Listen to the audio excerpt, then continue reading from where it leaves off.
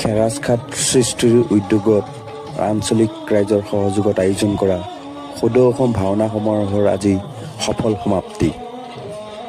জনসমুদ্ৰত পৰিণত হৈছে লখিমপুৰ জিলাৰ খেৰাজঘাট সমন্বয় ক্ষেত্ৰ।